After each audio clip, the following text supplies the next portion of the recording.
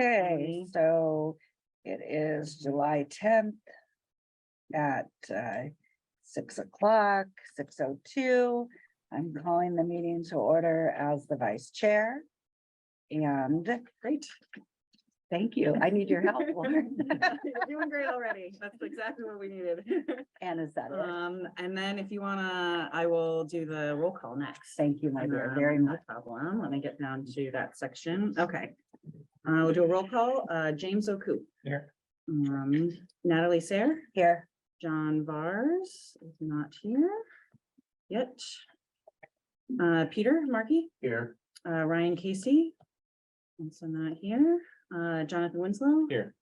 Lauren Silverman, I'm here. And our vacant members are not here yet. Natural Resource Conservation Staff, Jim Howard. Not here. San Mateo County Agricultural Commissioner, Warren Whittle. here. Farm Bureau Executive Director, Jess Brown. Here. And UC Co-op Extension Representative, Dr. Igor Lacan. Not here. San Mateo County Planning Liaison, Summer Burleson. Here. Okay, great. Actually, do we have a quorum? 1, 2, 3, 4, 5. We're short one voting member for a quorum. I think we need 6, right? No, we're basing quorums off of the excluding vacant positions. Okay, So great. we have a quorum. 5 out of 7. Thank you for clarifying. Thanks. Okay. So then now, if you just want to read out I can read out the Okay. next one too, if you So prefer. call to order, remember roll call you did. Oral communications to allow the public to address the committee on any matter not on the agenda. If your subject's not on the agenda, the chair will recognize you at this time. Dante. It would be nice to know who's online there, as far as in the Zoom or on the other end. Yes, we have. So I'll just I think you can see Olivia Boo. She is a planner with our planning and building department, and she's attending tonight because she is going to be taking over liaisoning for our staff, for you guys. And so we're in the process of transitioning from myself over to her. So we'll both probably be attending, the next few upcoming meetings, but eventually we'll be transitioning over to Olivia, will be your planning liaison. So she's attending tonight's meeting. And then there are 2 members of the public in attendance. I can request to, I'll send a request to promote them to panelists. It's up to them if they accept it or not. But I will go ahead and do that. And if any members of the public that are online would like to speak, you can use the raise hand feature as well. And if anybody, there is a member that is calling in, or a member of the public calling in by phone, it looks like. And so in order to raise your hand, if you would like to speak, you would need to press *9 for anybody calling in via phone. But I do not see any hands raised at the moment. Thank you for that update, Summer. Sorry that you will be transitioning out, but glad that this isn't the last meeting, and welcome, Olivia. I'm sure we'll look forward to working with you. And thank you for all your help, Summer. So our vice chair stepped in and starting the meeting. So at this time, I'd like to hand it over to our chair. Number 4. Wow, look at you guys. Getting efficient. Yeah. Were there any other members of the public who wanted to bring something up? Yeah, thank you. Anyone? I don't see anybody online.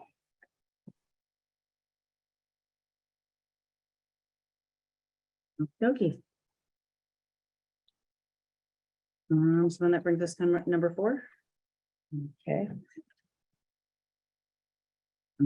I'll read it. Yeah. Committee member updates and or questions to allow committee members to share news and or concerns for items not on the agenda. I'll probably jump in first. I was chatting with some members before, and you guys have been hearing this for the last 6 months, but my move is actually happening. I got a place on West Side Santa Cruz, and August will be my last meeting. So the next one will be my last meeting. So I'll be working with Summer this month to get my backlog of minutes out, and the main thing I want to make sure to resolve and not lose the thread on is that letter on the recommendations for the farm stand guidelines. So that will for sure be agendized on August, so we can tie that up and get it off to the county. And then we'll power through however many minutes we can. So I'm sorry in advance for a very thick packet next month. But yeah, it's been a pleasure, really a pleasure working with you guys. It's bittersweet. And you'll probably, I was telling Summer earlier today, I'm gonna be that geek who still shows up to the meetings, even though I'm not on the committee anymore. So I won't be a stranger. Well, thank you for the thick packet. Yeah. Well, I don't know. It's because I That haven't means a been on lot top of of. work on DJ your was so part. good about keeping me on top of the minutes. He held my feet to the fire. So, but without him, we've got a backlog, but it will get cleared by August. So, so yeah, just wanted to offer that clarification now that I have a timeline. I had something, but The chair will recognize you. thank you. I just wanted to double back to the Prop 19 speaker. I'm not really sure, to be quite honest with you, if this guy's if he's as familiar with it as I had hoped. So I would like to take you up on the idea, if the committee feels okay with that, of having somebody from the assessor's office. Because then we're really getting it from the horse's mouth. If in fact you are able to line anyone up, because I think it'd be really, really helpful for farm owners. Who own those farms. I think So, there's room. Yeah, Sorry, Ryan just got here, but we are listening. that's okay. It's summer, Yeah. just to let you know. Sorry, I didn't actually say summer.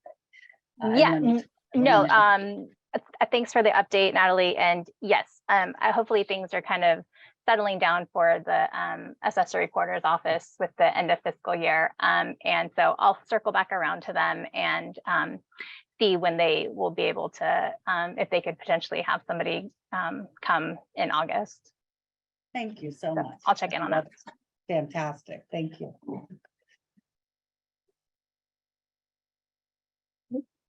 I have one thing, Yes. besides my agenda item. The county is having their annual disaster preparedness day. It's set for Saturday, August 5th from 10 a.m. to 2 p.m. It's at the San Mateo County Event Center. Includes CPR, first aid classes, interactive preparedness demonstrations, giveaways, free hot dogs and free parking. So if you want to learn more, you can go to smcdisasterprep.org. What day was that again? Sorry, It just- is August 5th. Thank you. It's a Saturday. That's all I have right now. I guess I have something, in addition to thanking Lauren for all of her work over these last few years. And I always forget what it's called, the farm worker, Commission. advisory commission is having a meeting on Wednesday, so there's nothing to, it only meets every other month. So just so folks know about that, and welcome to come, and then hopefully next time I'll have a report on what happens there. What, it's at the library, right? It's at the library, yeah, a nice big room as you enter on the left. And then what time do they do it? I think it's 7? Yeah, 7 okay. to 9, 7 to 7, or 7 to 8:30. I think they intend for it to only be an hour And that's this Wednesday? this Wednesday.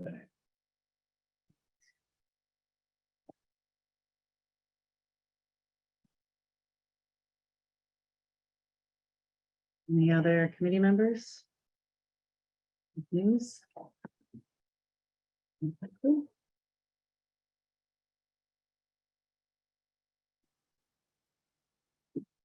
we're ready for development director's report.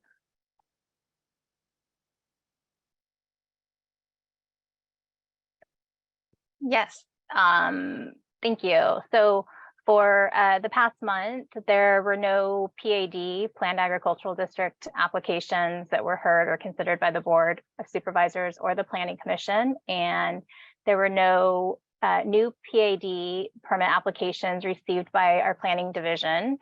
There was one rural coastal development exemption application submitted this past month for ag wells at a property at 306 San Mateo Road off of Highway 92 that's zoned PAD. And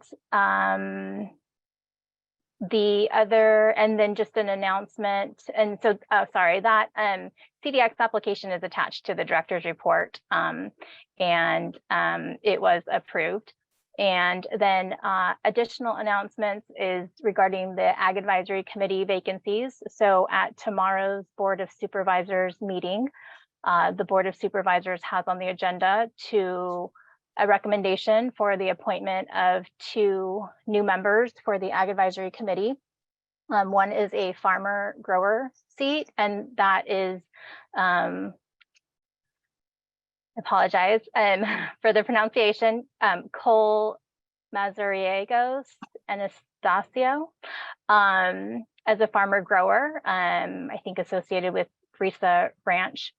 And the other member or the other person that is being recommended for appointment tomorrow is Daniel Theobald, representing an ag business seat and associated with Twisted Farms.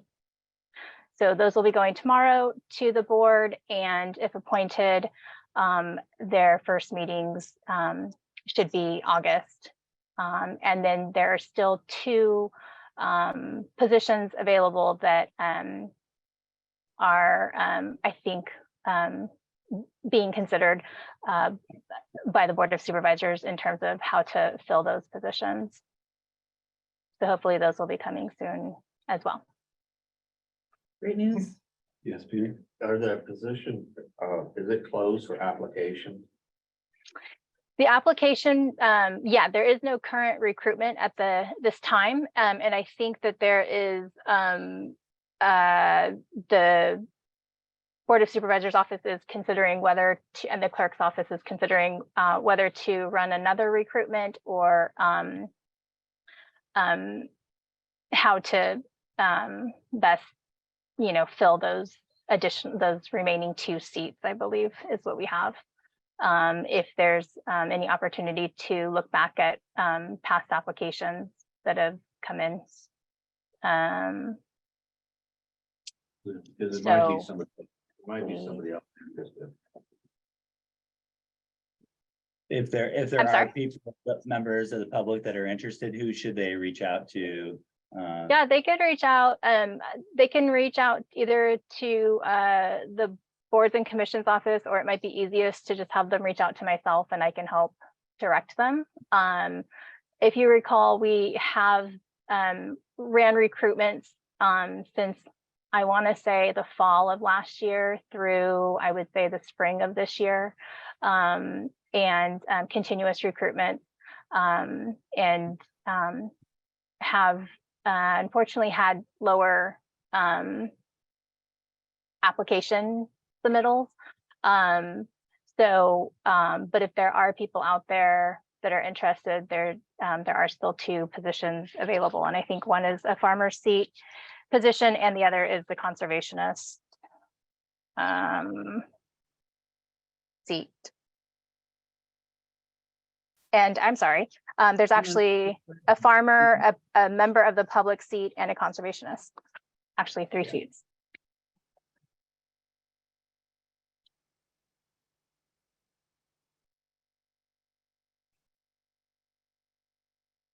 You know if sorry to Uh-huh. follow up on this as well, piggybacking on Peter's, do you know if they have candidates for the 3 positions? Like are there candidates actively being considered for the 3 open positions at this point?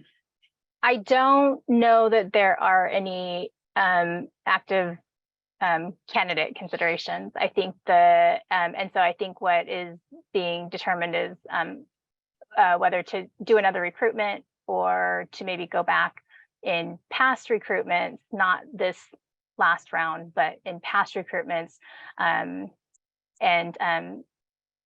look at those applications and perhaps reach out and see if people are that had applied in the past may be interested. Great, thanks.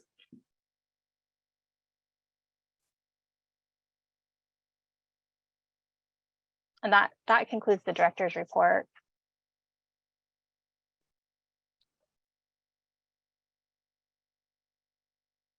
Popcorn style, who reads it? Okay, item number 6, discussion on status of the Peninsula Open Space Trust parcels excluded from wildlife conservation easements that are associated with the Lake Lucerne Mutual Water Company. Were we able to get anyone from Post or Mid-Penn to come? So Dan Olstein, the director of land stewardship with Post, will be able to attend the August meeting. He was not able to attend tonight's meeting, but he did confirm that he would be available to attend the August meeting to answer any questions related to those 3 parcels that were raised at the last Ag Advisory Committee meeting. And I also did receive a map that I just wanted to share about those 3 parcels, the locations and the acreage. I think those were some of the initial questions were just the 3 parcels that did not have the Wildlife Conservation Board easement. So let me share screen and see.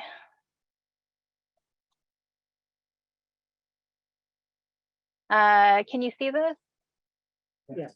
Okay, so this is a map that shows the parcels around Lake Lucerne that Post owns. And so these were the 3 parcels that were identified, shown here in the gold unhatched color, that do not have the wildlife conservation easement on them. And so these are the 3 parcels that the committee had questions on, I believe. And so the parcel sizes are listed here. The most northern one is 41.8 acres. The one to the south of it here is 52.68 acres. And the one to the west, closest to Cabrillo Highway, is a little over 45 acres. So about 140 acres in total for those 3 parcels. And then, as I mentioned, Dan Olstein will be attending the August meeting to be able to answer questions that you had raised regarding farming opportunities of these parcels, and any information on why they weren't included in the conservation easement that's on the surrounding parcels.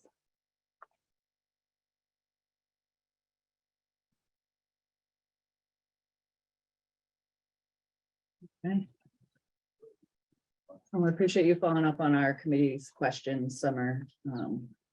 It sounds like we'll have more to discuss next month.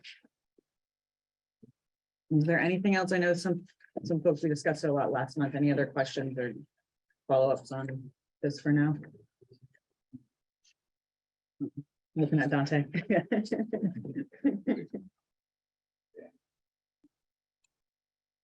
But I guess the more questions we can send them in advance. they'll Yeah. come with answers, so, Yeah. I know we jotted down quite a few last month. Yeah, if there are questions that you would like me to pass over to Dan in advance, I did pass him kind of the background of the discussions that have been had at the Ag Advisory meeting, and the questions in terms of that were, I think that I had concluded from the last meeting, just, these 3 parcels, what their acreages were, why they were excluded from the conservation easement, whether that was intentional, and if so, why, and what the future intention of the 3 parcels are, and why they aren't part of a farmland futures, or why they can't be offered to farmers or offered for farming. If there are other questions that you would like me to pass along to him in advance, though, I would be happy to. Thanks. I do have a question. Where are those parcels down there? Right above Chubasco's, Yeah, above the house. the house, below the house. Oh, they look next to where I used to grow hay. Exactly, yeah. Yeah. That's what I thought, yeah. I looked at that. I think Summers, last month, they also asked about, are they available for someone to start farming again? For question. Yes, yes. Yes, so I had posed to him, one of the questions is being, if they could be offered to farmers, for farming. As one of the questions from last time. Great, thanks. Who owns them right now? Does Post own them yet, or does Midpen own them? Post, Post who owns them? yes. So that's not Currently. part of the sale, then that's been left out so far. Would they have to put in a separate, irrigation system in there? Because our system goes right by it, and I'm just wondering what they're gonna do. That would be one of the questions I had.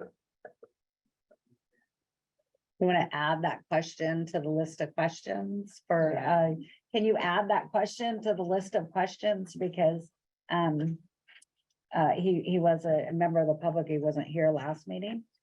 And maybe add that question. Yes, could you repeat the question? I didn't catch all of it. Related to an irrigation system? Was it? You'd have to be familiar with it. We have an irrigation system right there, right below those, well, the Lake Lucerne, our system, irrigation system goes right below these parcels. For them to irrigate what these parcels are, would they have to put in a separate system in there, or would they be wanting to use our system? Got it. Yeah. Carrie, did you have? My questions are really centered on Mid-Penn's responsibility. If indeed this acquisition goes forward, and how the acquisition of these parcels are consistent with the agricultural policies that they are currently enacting, because in some regards, it seems as if you have things that are out of production, it's really not consistent, with the intent that they're supposed to be fostering and improving agriculture. And if some of these parcels have prime soils, then again, does that mean there's going to be additional subdivision in the future back to Post? I mean, there's just seems like there should be an evaluation of testing. How does this acquisition line up with the policies that they spent public money on to develop these ag policies, and how does this acquisition align with those policies?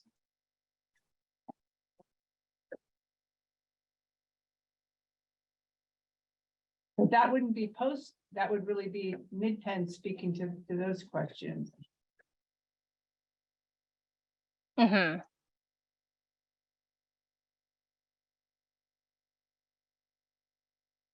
Got it. Yeah, I'm in touch with actually both Mid-Penn and Post regarding this. I've been in touch with both of them, so I'll be following up with both of them.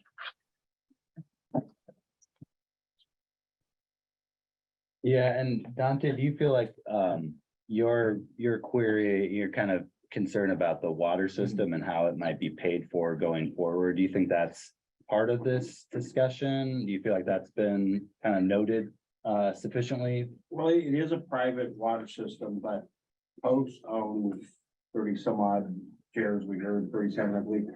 And Mid-Penn's in line to purchase that, whatever they do with the shares. So, the whole intent is Post was basically somewhat formed their partner to acquire and then transfer. So that right there sort of opens up the door. So it could be, shared with the public. Yeah, but we would like to know what the plan is with those shares and why weren't they offered to other farmers, well, there you go, there's a lot of it right here as far as who owns what.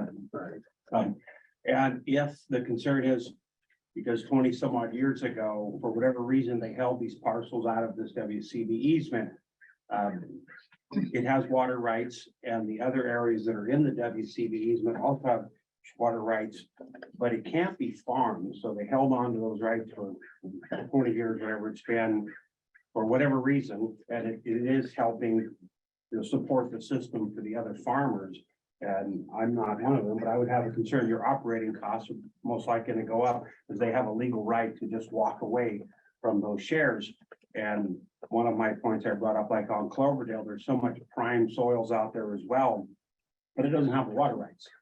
So that's when I mentioned the utility easements, if they would be open to that and write Right. something in. And the reason why we're bringing all this up now is we constantly hear how much easier it is for Post to do things versus Mid-Penn as a public agency. So during these transfers, these negotiations, you write in these utility easements that'll be there when that day comes. And they want to run a pipeline, but today's, VFD pumps, you can move water like you can't believe. So, yeah. Right, yeah, and you, And your and it point. kind of ties into Joe's question about, well, how are you gonna irrigate if those were to be converted back to agriculture, how are we gonna irrigate it? Well, they could potentially buy into the system, and that could help fund the maintenance of the Lake Lucerne system. Correct, and these 3 parcels already have the shares, but Joe's question is there's obviously no infrastructure, so they would have to put in their system somehow. Hmm, Could I bring something up? sure, When these parcels were developed, you have power there. Figuring this thing out, what would be available for more ag? And I wasn't farming then. I did farm those parcels many years ago. mhm, He thought maybe there could be used as ag. There was already some trees there, Dante. Don, you saw when we went up to the party the other day. The biggest part of it is trees are like this. I would say out of those acres, maybe 30, 40, 50% of. Well, I don't know how many thousand trees would be in there to remove in order to farm. And Joe's right, there's invasive pine trees, which Post has been doing a certain amount of maintenance, clearing those trees. But yeah, they're invasive pine trees, they should be, removed and reclaimed from that ground. Yeah, you're gonna farm it. And whether it's an animal operation, a row crop, whatever it might be, and it is an area where it doesn't freeze, I believe, out there, so there are benefits. And the main key ingredient here is the water. You have. Yeah. I got a question there. yeah, You said that the Post still owns the land, you're saying? That's I- correct. Maybe I'm not up to speed, but I thought that one of the transactions already happened. Is that just part of the? it doesn't include these parcels, but Doesn't include these. Supposedly doesn't include these. Okay, Well, my question is, if Post still owns them, then why is Mid-Penn moving into the house? There's a house up there. And then the tenant had to leave for Mid-Penn to live in this house. If Post still owns it. It's kind Yeah. of confusing there. I don't Yep. know if they were forced to leave. I didn't They say might have forced to leave. I chose just said to. they left Yeah, and yeah, Mid-Penn's got a ranger in there, I understand. Yeah. The other thing, there was another house there as well, and I know we've talked through Farm Bureau that when these houses are taken and used for rangers and there's places where you can put farm labor housing, they should replace farm labor housing on these places. And replace the house that they're taking for a ranger and put a farm worker housing there. And there's an ideal place, because there was another house there. mhm, And if you're gonna have agriculture there, it'd be nice to have, a house for the workers at least. My other question is on the water system itself, of the Lake Lucerne and both the Hidden Valley Lakes. What assurance is agriculture gonna have that those lakes are not depleted as years go on and less water they maintain And pretty soon there's less and less agriculture. I mean, we're on a downhill side of agriculture now, but it doesn't mean it's not gonna turn back around. And there's a lot of land on that coast and they need that water. That's how that whole coast survives, is from the water system in those 3 lakes. So what guarantee are the agriculture gonna have that Mid-Penn is not gonna shortchange anybody on water down there? That's another question I'd like to know. Yeah, and I think that's part of why it's important to have this discussion do we have Dan coming to the meeting, but do we have anyone from Mid-Penn? And I think part of the reason why this maybe transaction hasn't moved forward is because of the complexities around Lake Lucerne, and they haven't really figured that out yet. So it's important for us to put in some input now, and that's why Dante's been so Definitely. proactive about it. Yeah, we can certainly, I'll share this discussion with both Mid-Penn and Post representatives, and re-invite both of them to the August meeting. I will just mention also that my understanding is that there, in terms of individual stakeholders to having shares or rights of Lake Lucerne, that there is assumedly going to be a separate process to an outreach to those those members of the public that actually have shares of the Lake Lucerne water. So I think I only mention that just in context to being cautious about what the Ag Advisory Committee is asking, and the information that being sought relative to the Ag Advisory Committee being a function of the county, and not individual working out the details of what individual shareholders the outcomes for individual shareholders might be. So it's just making sure we're keeping aligned the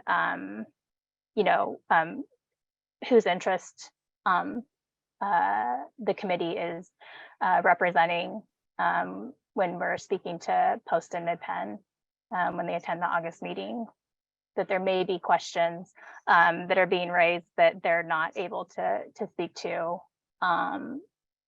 We'll just have to see. Thanks for the heads up on that. Good point. Dante? One other question I would add is, what other lands do they own, Post or Mid-Penn, in Pescadero or along the coast that have these WCB easements? Like to know if any Cloverdale or Hidden Valley, other. And is this something, Summer, that you're gonna create a document with these questions and send them to them before the August meeting, so they know in advance a little bit of the questions and concerns?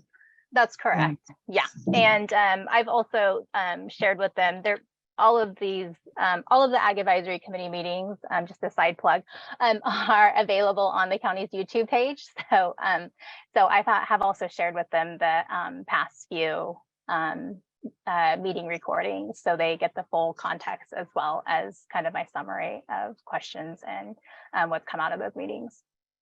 Great, thanks. And so I'll do the And so same for this one as well. Great, and I've been taking some notes on the questions. I'll just drop them into an email for you after just so you have them. If it's at all helpful, I'll send that your way. Sure. Yeah, definitely. Peter, did you have something or? No, Summer kind of answered it, that she's gonna invite somebody from Mid-Penn as well to come out, so that would be good. So that way we could ask Post at Mid-Penn the questions, and that kind of covers it. Go. You will probably need a water rights attorney when this thing's all said and done. This is the only way you can get it straightened out. One of the Specialist. there's been talk they want to move that diversion in the Little Butte. And I think that's a big, big mistake. Because that thing is gravity flow. And you must be getting some pretty good PG&E bills right now, the way PG&E's going up. And if they lower that below the diversion, it means that you put a pump, you gotta maintain that pump. In the wintertime, you're not gonna be able to run it. Where it's at now, you can run it any time of the month, any month of the year, where you have the rights. And I strongly urge the committee to insist that that stays there. I know that, I understand the state parks wants it out of there. But that land was given to them years ago by the previous owners of the Cloverdale Ranch. And I think they did that to somewhat protect agriculture, I believe. And I strongly urge you to protect that water and make sure that it's not moved, because it'll be a costly move. Who was the previous owner? I believe it was Snow. Snow? I don't know the ranch. It was a Snow, I think, gave it to him. Gave him the park. Where do they plan, where do they want to put it? I understand when they want to put it down lower. That means you gotta pump it over the top of the hill. That would be costly. And we're pumping over, rather than drilling a hole through the mountain for gravity. They didn't consider drilling a hole through. I understand that the RCD is looking at it, but. You know, I sure wouldn't want to see him give the rights up, because. I think it'd be a costly move.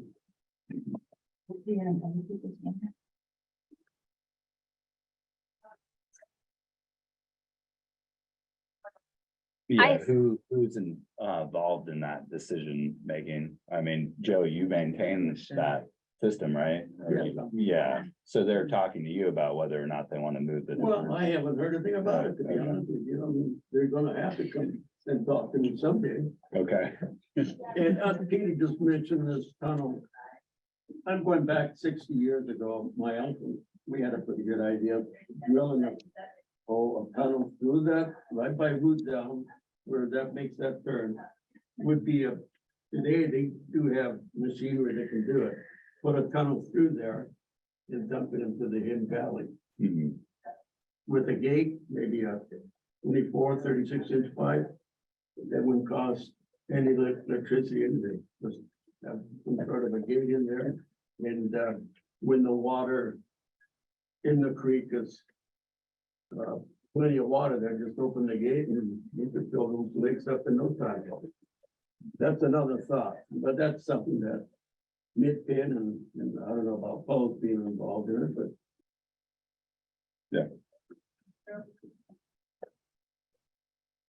Sorry, Summer, I think we interrupted you when you were about to say something. No, I was just going to mention an account of online that Corin seems to have her hand up. I'm not sure if there's Oh, someone yeah, else that's on the me. line that, Hoping you could put me as a panelist so I could have a PowerPoint. oh, yes, sorry, okay, sorry, go on. Thank you. Okay, any other prep questions for next month's discussion that we can hand off? Just that, the Prop 19 speaker, you had mentioned August meeting, probably push them back to September or later, because this is obviously more pressing. Summer. Yes, thank you for noting that, Natalie. And I thought that we might have a planning project or two at this meeting. However, I think at least one of those may be coming in August as well. So thank you. James, go ahead. I had one last one for you, Summer. We had also talked about having someone from the sheriff's office to talk about the food stands. I was wondering if there was any update about that. Yeah, I didn't add that to the agenda because we don't really have any work. We haven't done any work on it yet, so we didn't have anything to report out on the food stands. So I didn't add that to the agenda this time. Okay. But it still remains. We do have it, yeah, Okay. Is on it the for the next? burner, on the Okay. side burner. Yeah, we can discuss Corin about All right. when it makes sense to move that up.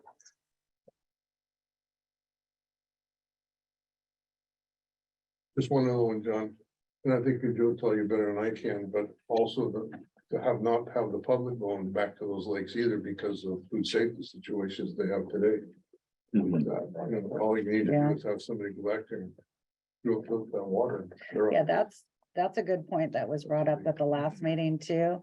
And if you agree, it'd be nice if Summer, you want to put that on the list, because I think that's John. Because people are gonna see the water. and Very they're gonna wanna go relevant. there, and there's gotta be some kind of yeah. either a fence or something put there that people don't go in there because it's pretty sacred water. Okay, yeah. Yeah, Peter. You know, when I brought that up last meeting, one of the people that represented, Mid-Penn talked about limited access and limited trails. But, I didn't rebuttal on it. I waited till, wait till later, but like Peter says, really needs to be no access because of, even limited access could cause a lot of problems. No access to Cloverdale Ranch period, or? The water. No, the Watershed, Okay. watershed. Yeah, I think they said there'd be guided. And tours or something. limited Yeah, okay. access and trails and all, Yeah. but still that's still. They said thered be a dozen. That brings. At first, still our risk. and then open it. Did they really? And then they Yeah. said open it. Yeah, I think that is, I think that's incredibly important. Because a lot of the crops, go through the food safety and, you never know what happens and people in the public and they get in there. Yeah, It and could the happen. leafy greens in the valley, they do testing by cutting actually part of the product and all this here and have sampling and all that there. So it's like I said, it is serious that people know about it pretty well. Yeah. Yeah, that's very Yeah, relevant. If my buyers knew there was people walking around those ponds, they wouldn't buy our Brussels sprouts. No. Tell you right. Yeah, I think it's clear that just can't occur. And I think that needs to be put on the list of things, because I think that's a no, it's just off the table. It can't occur. I got one more and then I'll quit. I understand from the last meeting, I don't know if anybody found out, but I understand that a public agency can't own that water system, and I'd like to know if that's true or not. I mean, I think we brought it up last time I was here. It'd be good to know if that's true or not, because I asked the county council, and he's off the top of his head, he said he'd have to do more research on it. But he thinks that a public agency can own it. Yeah, have a majority, because I asked him, at that point, you had said it was like 51% or 52. Now you're down to like 38 or something, but he said they could own a majority of it. That was off the top of his head, so official opinion, you'd have to, do some more research. well, I think it'd be worth getting a good water attorney to make sure that you can do that, because you hate to find out later that you can't, they can't. Yeah. John, one thing. Yes, Peter. Yeah, we got a lot of questions asked, and it'd be really good that both parties come here so we could ask all these questions. That's with a lot of concerns.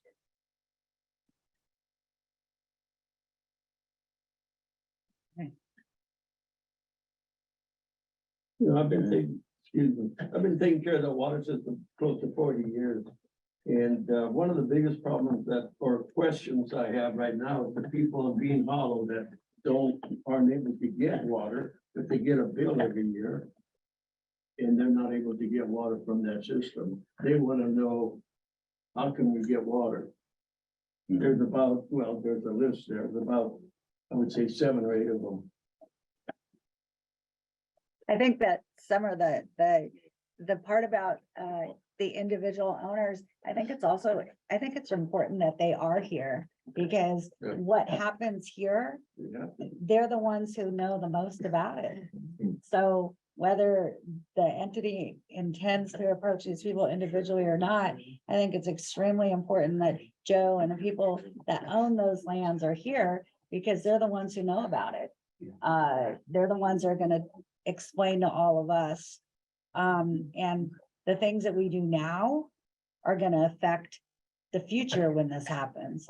There was a time something like this would never happen.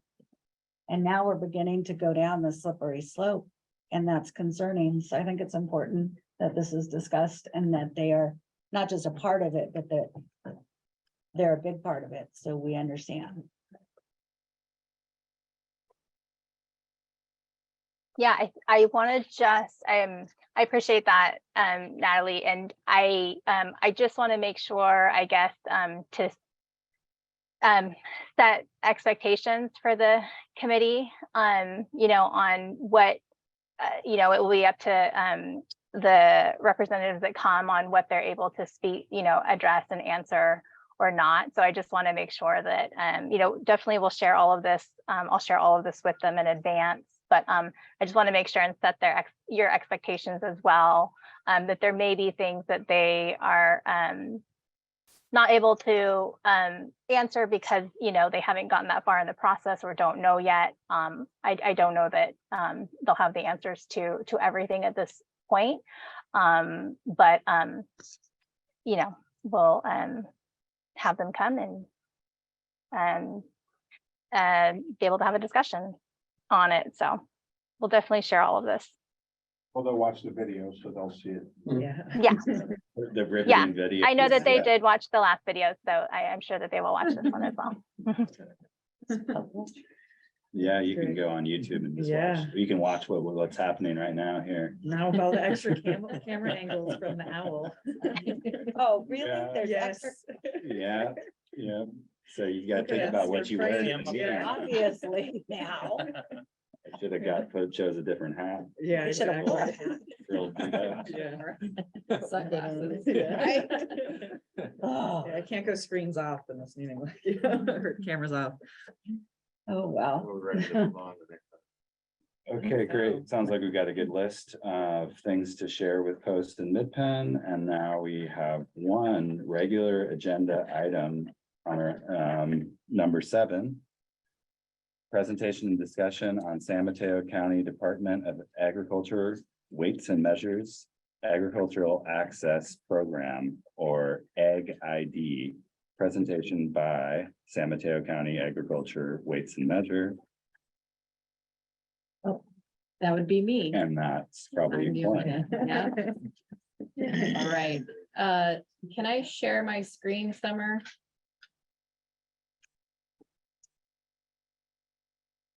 If you're muted. Oh, am I, oh, I see it there, okay. Thank you. Oh, there we go. See, okay.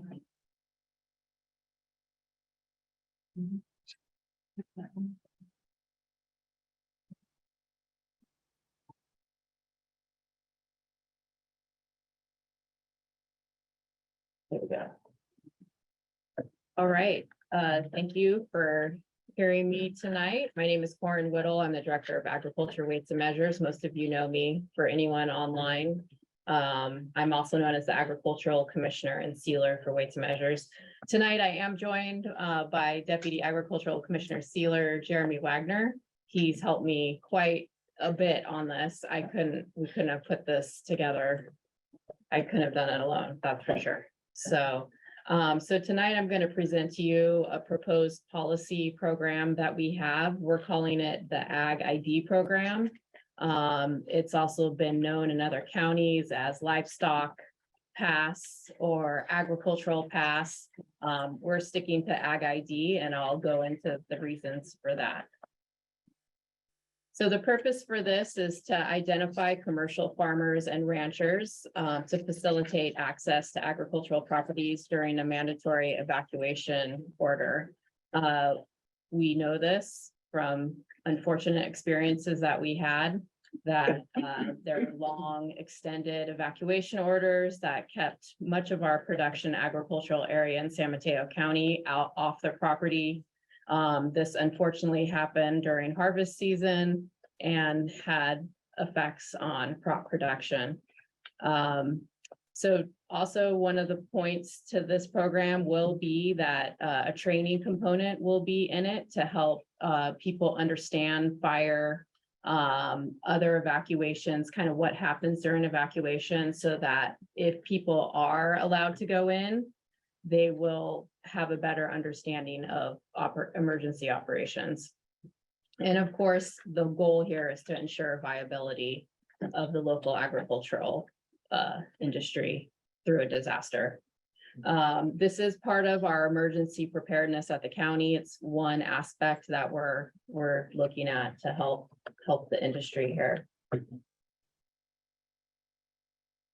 During 2020, as I mentioned earlier, we had an ad hoc program because there is the penal code that exists currently and before a bill that passed allows for emergency responders to decide if they are going to let people in. So no matter, you know, whether or not this program exists or not, or passes on the board, the people on the ground working the emergency at the time do have the discretion to let people behind the evacuation line. And so at that point we did, I was getting calls from a lot of different growers, and so we were having discussions up at the top level of the county. We got contact with CAL FIRE. And so what we were able to do at that point was we made a list of commercial agricultural operations that we knew existed, who were contacting us and trying to get access. And then we sent those names, license plate numbers, and property addresses to CAL FIRE. CAL FIRE looked in their database to see where the active fire was. And so they would say yes and no to certain people. They put those people on a list. It was very rudimentary. And so they put them on the list. They went to the checkpoints, and sometimes people got in and sometimes people didn't. And so that was kind of how it worked, our ad hoc program at the time. It was sort of the best we could do. Of course, we had a lot of people calling us who were like, well, I'm an agricultural operation. And it's like, well, we don't know you. And so it's kind of, it was one of those things, and it was, a lot of people were very desperate. It's very hard for my staff to emotionally to kind of deal with that too. And so so basically this will kind of help sort of, we want to verify them ahead of time, commercial. We want to make sure you're commercial, verify, and then get you trained and be prepared. That's kind of the whole point of this. And so we just really felt at the time we needed more of a formal program. It was really kind of like ad hoc at best. So shortly afterwards, as you probably all remember, the state was on fire practically. And so we were far from the first county to actually do anything like that. Napa and Sonoma, I knew from experience with other agricultural commissioners that I have associations with, that they had done these type of programs. So I sort of knew this could happen, and that's how I kind of pushed it forward. But I think Ventura County was the initial one, maybe a long 10, 15 years ago or so.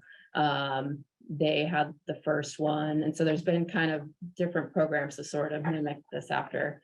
So the state, they had an Assembly Bill 1103 that was chaptered in October of 2021. And this was basically sets the framework for a livestock access program. And they call it Livestock Pass. And one reason I'm moving away from the word pass is because you don't actually, it doesn't necessarily get you in. You know, I don't want people going on there, hey, I have a pass, I should get in. It's no, if it's safe for you to get in, you will have this identification to allow you to get in. So I really want to move away from the pass, because I just felt like it gave you a false sense of what the program would do. Dante? So now that they're both in place, 1103 and 1141, hopefully you'll group the farmers and the ranchers together. Yeah. For training and program. Yep. So 1141 is not passed yet. Oh, So kind of what happened was, prior to 1103, we did the ad hoc program, right? So I already knew we needed this. And so I was the whole time hoping to have all of it together, all agriculture together, you know, livestock, planted agriculture. And originally AB 1103 was very inclusive. It included all agriculture, all types of employees. And then it slowly got whittled down to just livestock and just managerial and owners, managerial employees and owners of ag operations. And it was a little bit for me deflating because I was thinking, oh, this is really giving me a lot of ammunition to go forward with this. But so it did pass. It was a start. I think it was kind of one of those things where, you know, you're trying to appease everybody. And livestock, you could really see the reason that you need to get in. These are lives of animals are in there. Planted agriculture, I don't think they, you know, saw as much of a need. So that I think they just decided to, you know, take it off. But there's been enough that realization that planted agriculture too needs this because of the fact of how agricultural industry works. I mean, you have, you know, one time a year to get that, to harvest those crops. And if that happens to be during the fire, which it likely could be because that's fire season, we just need something. And not to mention a place like San Mateo County with its geography, its roads, the mountain, the sea, they make these extensive evacuation areas and they hold them for a long time. So I know a lot of you were in areas that weren't really in the line of fire. And so this is kind of to help, you know, help those properties. Those who are in the line of fire probably aren't going to get in. So that's why I wanted to change it from the past. So, okay, 1141 is out there. There doesn't seem to be a lot of opposition to it. It seems to be moving forward. So again, I'm hopeful that it's going to pass. So this adds in all agriculture. So they don't distinguish livestock, you know, versus planted agriculture. But it does have still the restrictions on the types of employees that are allowed in. So. Okay, so some of the program elements it's still livestock. I'm trying to propose a very open stuff so that once AB 1141 passes, we can add in planted agriculture right away. So we can just get the ball rolling, have the program set and ready to go. It is owners and managerial employees. There is a definition in there of managerial employee in the framework. And so that process, the agriculture department will be administering this program. So we'll kind of work through all the details of how that process will work, how you will like attest to your managerial employees and that. So there is eligible operations in there. And so that's, you know, you have to be in operation in San Mateo County. You must be commercial. So again, you know, if you're just a hobbyist, you aren't doing it. You just have your family's garden. Nope, you don't qualify. And so there will be ways to actually prove to us that you're eligible. And those are, so a valid operator identification number, a restricted material permit with my office, a certified producer certificate for sales at a farmer's market, state organic certificate, a current registration of the livestock brand, or a documentation from the USDA Farm Service Agency attesting that the applicant's a commercial agricultural producer, annual apiary registration. So multiple ways to prove that you're an ag operation. Essential activities is another key component. The county felt very concerned, you know, that it wasn't business as usual for this. So currently as the livestock pass, it allows essential activities as sheltering, moving, transporting, evacuating, feeding, watering, or administering veterinary care to livestock, or providing auxiliary support to peace officers and emergency personnel. So part of this has also been, hey, you know, farmers, they have large equipment, they can move earth, you know, and build a fire, you know, create a fire line that can help personnel. So this has been a bit of the selling point too.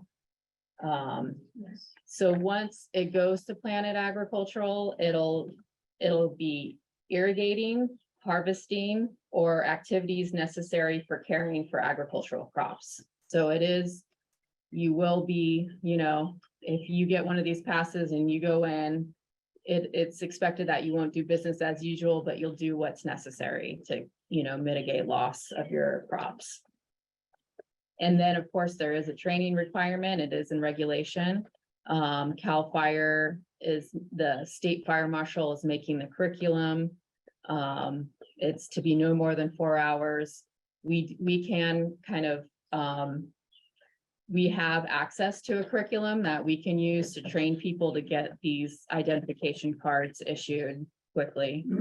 And then in addition, and during the CZU fire, we did see that people needed to bring contractors in, such as like someone to work on a water pump, that kind of thing. So that will handle as case by case basis, because we will have to be in the EOC, Emergency Operations Center, with the county. So we'll have access to communicating with them. So if those type of things come up where you need to get somebody else in that doesn't have the card, that, you know, we can help facilitate that as, you know, on a case by case basis.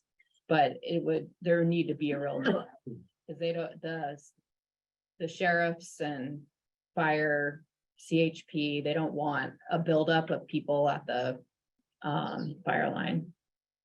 Corey, Okay, yeah. James, of course. Yeah, so what about, like delivery of orders? Would that be considered an essential thing? Delivery of orders as like to the site in the Well- evacuation zone, or moving stuff out? Moving stuff out and being able to get back in. That would probably be, yeah, that would probably be okay. It's hard to Okay. say at the time, That's but why I harvested if you can actually move Exactly. it to sell it. yeah.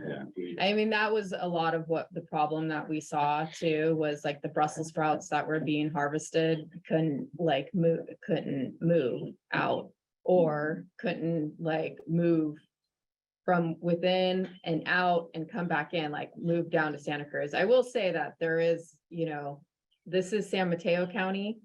And so if the checkpoint is in Santa Cruz County, that could be a problem. I do plan to try to work with Santa Cruz County Ag Commissioner too, but that's like the next step after this, just trying to get this When you did established. finally get the list though, and the checkpoint was like Asens Creek, it worked fine for us because they just let in and out. Mhm. Yeah, and so this will be better than a list. It'll be like an identification card. And I think as, you know, this kind of, each county adopts a program, these cooperators who are working these checkpoints will start to recognize this as a legitimate thing. And so it won't be as foreign, you know, to them.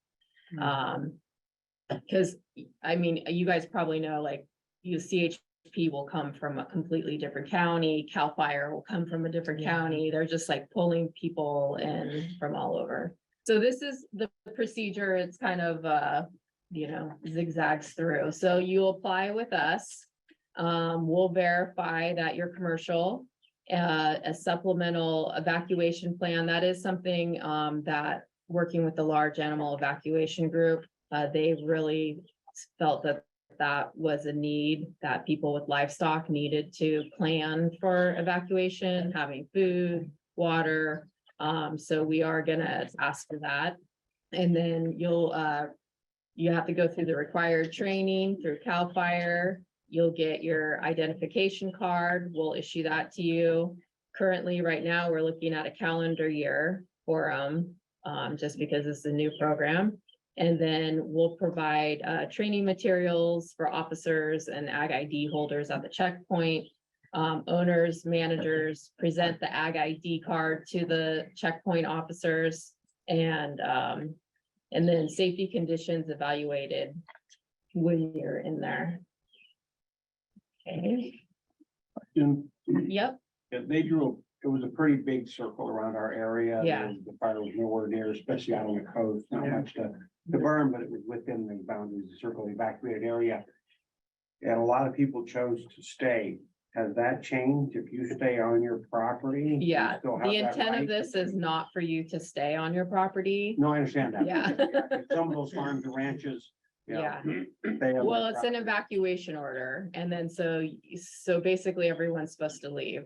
Whether or not you left, that's not on me, but And then the animal groups that they were hauling and evacuating. yeah, The 1103, I definitely need to work on that, but my cattle know the three of us, me, myself and I. Those Yeah. Strangers would have showed up on that ranch. Yeah. Those cattle would have been gone. yeah, The Program would have not worked for me. yeah. So this will work better for you, but you may still need help, right? Oh, sure. Because if you had to evacuate your livestock, I mean, feeding and watering your livestock this is perfect for it, right? But once we get to the evacuating your livestock and you're gonna need other people, obviously that's gonna take more. So large animal evacuation group will not they'll still be continuing operations. They're well established. Take all the help I can get. but I Yeah, need to right. be there. Yeah, you do, yes. Hi, Joe. Yeah, I just want to say during the fire, we were harvesting Brussels sprout. We normally would, during our harvest, we do about 700-800 boxes per day, Mhm. a truckload. We were on the second day, going on to the third day. I figured, well, I told my son, let's get a commercial truck, one of the big semis, rather than us delivering them, because we can get through Highway 1 we're shut down. He was gonna come around Highway 17, down Highway 1, and go back to Salinas. Calls up, he says, we can't get to the Tenitas.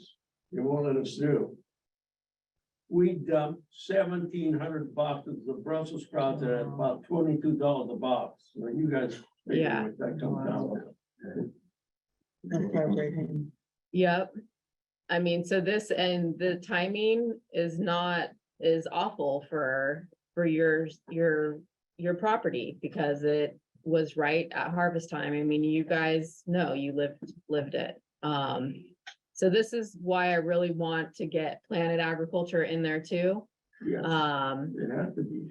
Whether or not the commercial truck will get through, I mean, we'll just have to see how that goes, but this is a start, like to establish more of a program. Yeah. So this is kind of, a mock-up of what we're thinking. Basically, it's an identification card has your ranch address, signature of you, a picture. Okay, so you don't have to read all this. This is the penal code 409.5. It has existed prior to the ag livestock pass program, but what happened was they added in the E section. So basically, this is saying that, if you at any point, a peace officer finds the disaster is of such a nature that it's unsafe for the document holder to enter, or that the presence of the document holder would interfere with disaster response, they can say, nope, that's it, you can't go in. So that was kind of just my point about the pass versus identification. So we're not giving you a clear and free. There are still, these emergency responders they're in charge, and we have to trust in their response.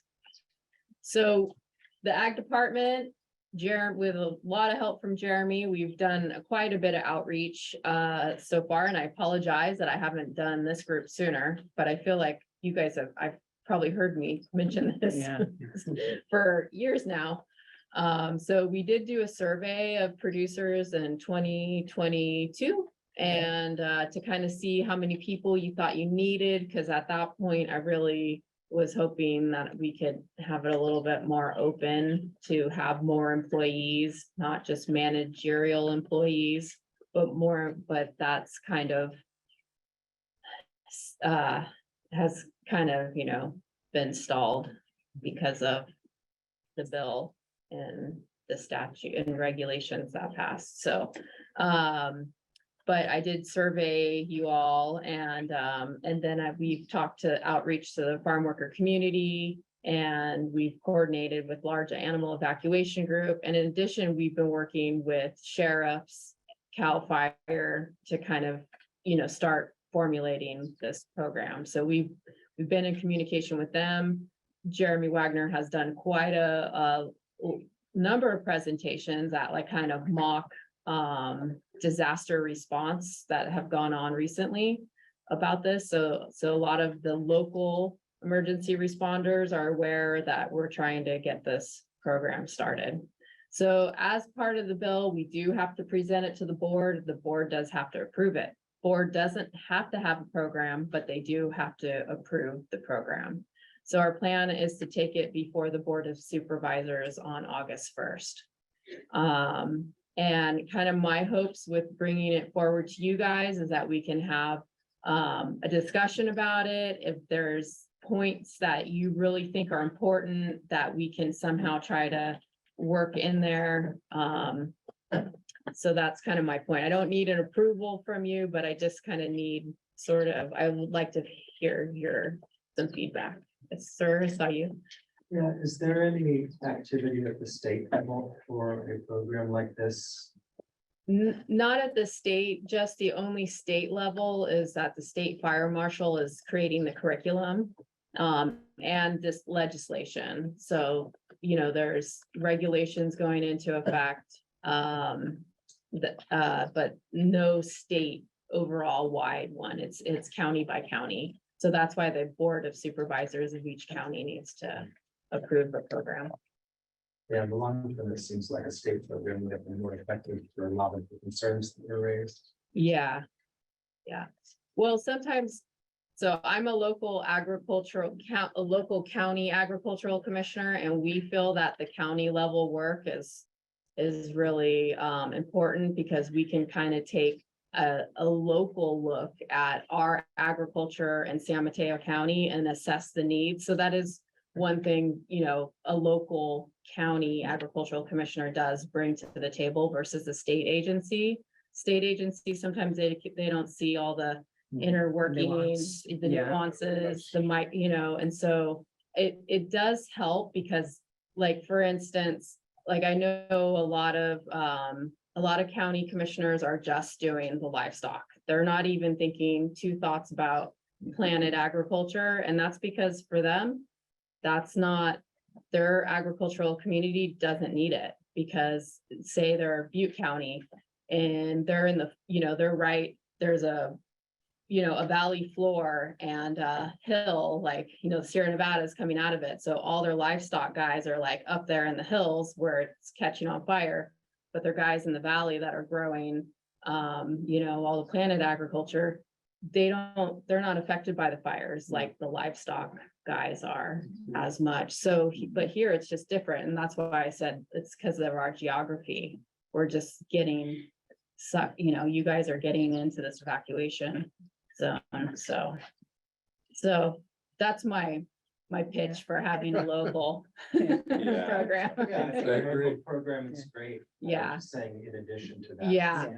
But If you're talking ID cards and that. type of thing. Yeah, I would agree though, because I do feel because CZU is a CAL FIRE area and it incorporates parts of Santa Clara County, Santa Cruz County. And so those people are gonna, the checkpoint could be in Santa Cruz County, and there could be a lot of Santa Cruz County sheriff's officers running that. And they're gonna be like, well, what's this? I don't care. I'm from Santa Cruz County, that kind of thing. So their coordination is necessary and would be, very helpful. So. Will you have the lists that you give them at the checkpoints with the badge holders' names? Are you giving those lists to the other counties as well at their checkpoints? So there's an incident command system that's set up in these kind of disasters. And so there's normally a meeting every morning. And again, we'll be at the EOC. So we'll be kind of integrated into this incident command system. So the list will be, I don't know if there's gonna be a list. Like it's kind of, I don't know exactly if there will be a list. But there probably, I mean, we will have a list of all the people that we've issued these ID cards to. But whether or not a list will be needed for it will remain to be seen. Like, Okay. we'll just have to kind of play that by ear, so. So I have a question, sorry, so you are crafting your own county specific ag ID program, but you're using the statewide legislation Mhm, as a guide, and you're not able to make it more lenient or more, like change the definitions of things. So you are essentially attempting to make this as appropriate as you can and effective as you can for our county, but within the rules. Yes, within the framework Yeah. of the statute, yes, And that is true. one question I had is how, I know you said there is a definition of managerial staff. Mhm. What is that definition? And are you restricted to some degree based on what the state legislation So. demands? So this was something I went through with our county attorney, quite extensively about what we could and couldn't do, like based on 1103. And so there is room to have a program that exists outside of this framework, that's in the statute. Because other counties are doing it, like. Like But I don't know. grapes are planted agriculture and they're doing it in Sonoma, right? Yes, So- yes, exactly. So, so that's kind of where the penal code, 409.5 comes in. That allows the emergency responders to decide. So in our ad hoc program, basically CAL FIRE okayed it. And they basically okayed it based on our verification, that you guys were, legitimate commercial agricultural producers. So that was kind of how, and that's how these other counties are getting through it. They're just kind of utilizing the code as it exists to allow for that. So but if we go through more of a structured program and have, we need to stick to the framework that exists at this time. So the managerial employee is, I think it's Food and Agricultural Code 2350. Is where it basically defines the managerial employee. So during the application process, that'll be the point when, we can like add in the managerial employee. So, Yeah. Do you want me to read the? Oh, you Yeah, found just it? the- Okay. A managerial employee means a person who meets all of the following criteria, has management authority with responsibility to oversee the care and well-being of the qualified, it's livestock producers, livestock. Interesting. Yeah, but just imagine taking livestock out. Yes, yeah, exactly. so how are we supposed to proceed with harvesting and getting deliveries out during this time with only management Mhm. Yeah, involved? that is a major problem. They live on the farm and they don't leave. Oh, this is interesting. It says that the duties must be specified in a written job description issued no later than 90 days before the date of the emergency. So write it down. And then it's your own definition. So that is something that we've talked about a lot because managers managers aren't always the ones who know where the water's at, where the pump is, and just the sheer number of people that you need to move the equipment and do that, like that is we understand that. And so it's just kind of one of those things that we're gonna have to sort of work through as we go. Could it be proposed that the employees can go as long as they're with the manager? Yeah. That, Something like that is that? definitely a possibility. I think the way the resolution that we have it drafted is written is that we can adjust the program elements as, as we see fit and equitable and that kind of thing, because there was a lot of concerns, or employee advocacy groups were very concerned about this because some employees, not here, but just in general, statewide, were concerned that people felt they had to go in, that they were forced to go in. And so that's kind of why this employee part has narrowed because of that. So definitely, I think there could be a lot of, there's the other side of it is that employees don't want to lose the work. They don't want to lose the pay. And so there's been, there's been talk about that too. So I think you're bringing up a very valid point. I agree with you that it takes a number of people to get the work done that will need to be done in there. So you should have a lot of owners. We'll call each other. Yeah. Yeah, I mean, I was like imagining, if I had a farm, it's like, yep, my husband and my kid and everyone. Lots of assistant managers. Yeah. Assistant manager of this row, Exactly. you're the assistant manager of this row. Yeah, so it's definitely something that I think we're gonna have to, work through. I mean, I hope that we never have to use this, Right. Right. Yeah.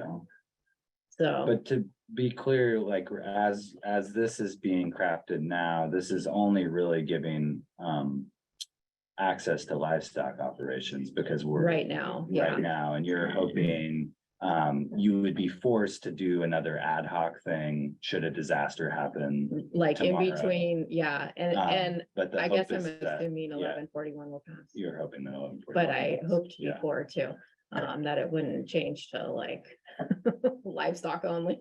Right. So, hope's not a plan. And so I think if we have a system in place, we're much more agile to like move on it. Yeah, to expand the existing Yeah. system as needed at your Like discretion. quickly, like I'm writing it so that once that passes, It can just change so immediately. it can Yeah. just go to Okay. planted So agriculture. what's going in front of Board of Supervisors is the assembly bill about the livestock and the 1141 is not because it's been after. it Well, passes. with the like, I don't know the legal language, but it allows for us to change it to, And include I that don't know, after it Jeremy, if passes. you. Okay. Yeah. Yeah, so we're building this around the food and agricultural code section that was created by AB 1103. So Okay, when AB 1141 changes that, when it does, we'll be able to roll those changes in without going back to the board of supervisors. okay. Yeah, And it's on the agenda or it's on the, yeah, for August On first. So, Okay. you said it, he said it perfectly. Yeah. So it's based on Food and Agriculture Code 2350. So the bill will change the language of that code, Mhm. should it pass. Gotcha. And I think I saw some hands up in the back, so I want to make sure we're getting any public Yeah, questions. this is Did you have a great. question? Yeah. Making these policies, it's beforehand was great, but where I got involved in fire one time, little past week ago, communication was a little short. And the thing was he got a phone call at 3 o'clock, the fire's there, and we have to go all the cattle, right? So I think it was 9 o'clock at night, at 7, 8 trailers there, and the fire come through and it was heading east. And Gene was telling the lady, listen, fire's gone through here already, we have cattle corral ready. So I got orders to move cattle. Cattle got to be back on orders. What time in the afternoon she got the orders, I don't know. The fact is, there has to be someone in the field that has to be able to get to a supervisor and say, look, the situation's changed. We're half a mile from the ocean. The fire is heading east. The wind's blowing from west to east. The cattle are in the area where it was burnt already. So the fact is still, what they know for an answer, we moved 80, 90 head down the road about 20 miles, but they were standing in grass and the fire hadn't got there. yet. So the thing was, there was no talking to anybody, because the fact is they had an order from headquarters. Yeah, And I understand that, but the thing, they could look at Google and everything, and there should be some kind of, anyone in charge of a crew should be responsible enough to make a decision. You should be able to call headquarters. 3 hours ago, things have changed. The cattle, the corral, this fire is going the other way, you know, instead, maybe those trailers use that night could have been somewhere else, helping somebody else. yeah, So that's the only problem I can see. I mean, it's a fire, it's a hazard, it's panic and all that. But and also, whenever I run with field staff, the field staff for hazard died, they cannot make a decision. And if the field staff out there, a foreman or supervisor, if he can't make a decision, they should have field staff. Because the fact is, they're being operated and run by someone that's not even in here and see what's going on. So I think that's something that should be maybe discussed or something. Give some of those boys in the field some authority. okay, Yeah, great point. Because in emergencies, it's always changing on a dime and you need to be able to respond. I understand that, you know, things, but in 2 or 3 hours, things change. Yeah, yeah. sometimes 2-3 minutes. All right, well, if you think of anything after, you know, tonight and, or some, you know, point you really want to be heard, you know, feel free to reach out to me and you can email me. And here's my email address, so. You all know how to get a hold of me.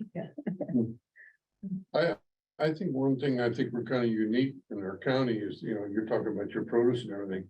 That the fire, I doubt a fire is gonna come down close to the ocean. I mean, a couple miles back, I think we're pretty safe, even if there was fires above us. And I think when Vince was saying, somebody could call the shots and say, you know, Blue House is fine, you know, there's no chance of any fires around there. That way they can continue doing their business up and down the coast. Inland is a lot different. I mean, you got a lot of brush, you got a lot of trees, dry grass.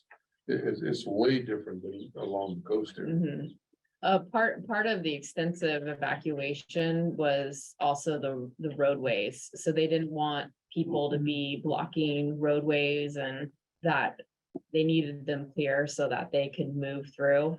So that was part of it, Yeah. and again, that's why I think we need something to help mitigate losses. Yeah. I understand what you're saying, so you're right. But the fact is, the field staff, for some reason, their hands are tied, they can't make a decision, you know, and I did, one of the guys said, tell you what, we're leaving, once the college gone, we're going to the fire later. Yeah. But their hands are tied, they can't really, and I think that's where the communication kind of would help a lot. Mhm. I mean, if you're ahead of the fire, no telling where it's going. Well, we were behind the fire, so it's fact that we're watching the fire going away. Yeah. It wasn't gonna come back to us because everything was burned.